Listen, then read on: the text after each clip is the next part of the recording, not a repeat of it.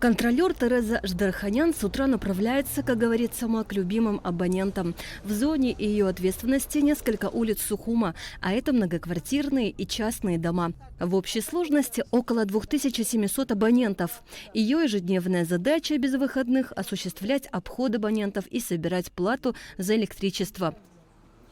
Жильцы улицы Семирджиевы самые любимые, потому что ответственные и добросовестные, говорит Тереза Ждарханян. Здесь самые высокие показатели по собираемости платежей. Так было и до установки приборов учета. Вот эта улица, когда она остается без наших счетчиков, а здесь одними из первых поставили на этой улице, еще при Накопе Алене, это одна из первых улиц, где было поставлено. Вот честно скажу, по 40 копеек я в месяц собирала 120 тысяч.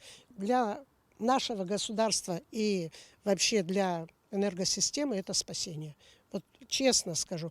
Да, если мы не хотим ничего добиться, давайте пойдет как шло, и 30 лет мы... Но при этом мы хотим свет. Хозяин этого дома уже на пенсии, однако нашел себя в нужном деле. Во дворе импровизированная мастерская. Он ремонтирует холодильники, которые в основном портятся из-за скачков напряжения в сети. Если даже выключили, сразу включили, защита должна сработать. А я не выключаю, кстати. Но мы же не выключаем, потому что мы не дома.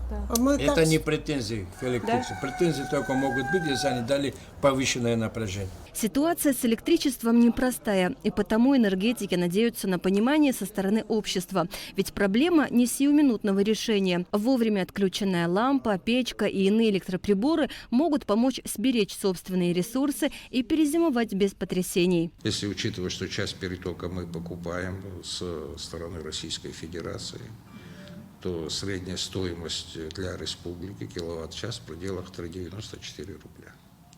За 1 киловатт мы оплачиваем. Значит, представляете, да, в какую сумму это все выльется. Это все делается для того, чтобы обеспечить людей бесперебойным электроснабжением на сегодняшний день. Ну и слава богу, пока это получается. В общем, есть договоренности об осуществлении перетока до конца этого года, до декабря месяца. Ожидать ли верных отключений? Ответить на этот вопрос гендиректор Черноморэнерго пока затрудняется. Ведь объемы потребляемой электроэнергии зависят лишь от абонентов. Они, в свою очередь, в сутки потребляют от 7 до 9 миллионов киловатт-часов. Кстати, этот показатель в разы ниже прошлогоднего за соответствующий период. Почему сложилось так? Ряд факторов.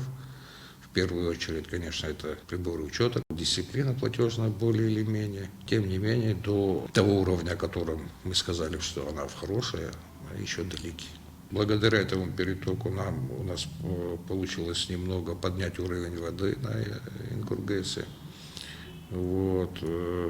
Я думаю, он нам позволит более или менее безболезненно пройти месяц январь и февраль с учетом перетока.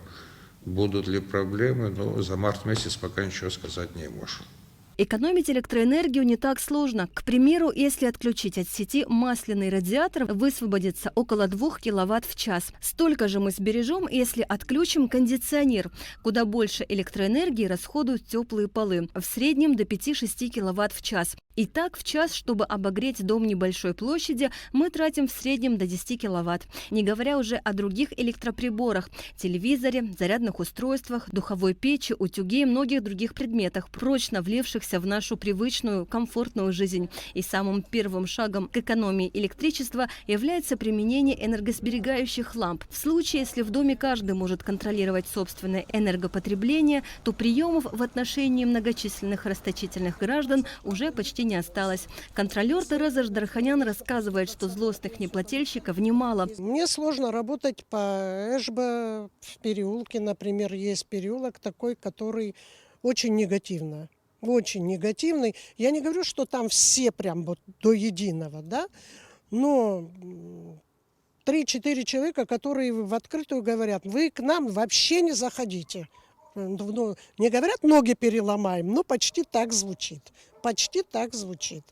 И при этом сами не идут платить. Я понимаю, пожилой человек, я понимаю, в свое время был поставлен 2-тонный бак. Был неучет, была неучтенка, все понимаем. Но сейчас мы предупреждаем, убирайте неучтенку, ребята. Будет очень сложно. Это электронный счетчик. Вот сейчас многие говорят, вот мы буквально недавно разговаривали, вот он много пишет. Не пишет он много. Все, что у вас включено в сеть, телевизор остается включенным. Оставляем в розетку, поставили включенный телефон и ушли. Все, что где горит лампочка, все считает. Эти счетчики, они очень чувствительные. В Черноморэнерго в отношении злостных неплательщиков будут действовать решительно. С нового года в юридическом отделе начнут работу по формированию первичных документаций для отправки в суд. А злостным неплательщиком считаются абоненты, уклоняющиеся от оплаты за электроэнергию более 3 месяцев. Главный энергетик страны надеется, что этот метод даст результаты. Тем не менее, еще раз хочу обратиться к нашему населению, к нашим абонентам. Очень большая просьба, насколько это возможно, максимально экономить электроэнергию, для того, чтобы мы были более или менее стабильны по этой части. Между тем, бюджет Черноморэнерго пополняется за счет добросовестных потребителей. За их деньги энергетики содержат сети, через которые получают электроэнергию и обогревают свои дома, и те, кто годами не платит ни рубля. Асида Мали, Алексей Агухава, Абхазское телевидение.